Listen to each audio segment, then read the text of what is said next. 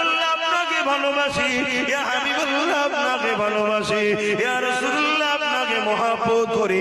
এটা বলা অনেক সহজ ব্যাপার, কিন্তু হাকিকাতে মহব্বত দেখানো অতটা সহজ নয়। আর আল্লাহ আমাদেরকে পরীক্ষা নিতে শুরু করেছে। হে যুবকেরা, তরুণেরা, সেদিন সাহাবাদের পরীক্ষা ছিল। ওই পরীক্ষাতে সাহাবারা কেমন ভাবে কামিয়াবি হয়েছে। হে যুবকেরা, তরুণেরা, এই বিশাল লড়াই শুরু হয়ে গেল। 313 জন তিনাদের হাতে কিছুই ছিল না, তথাপি আল্লাহ নবী নূহ নবীর সাথে সাথ দিল।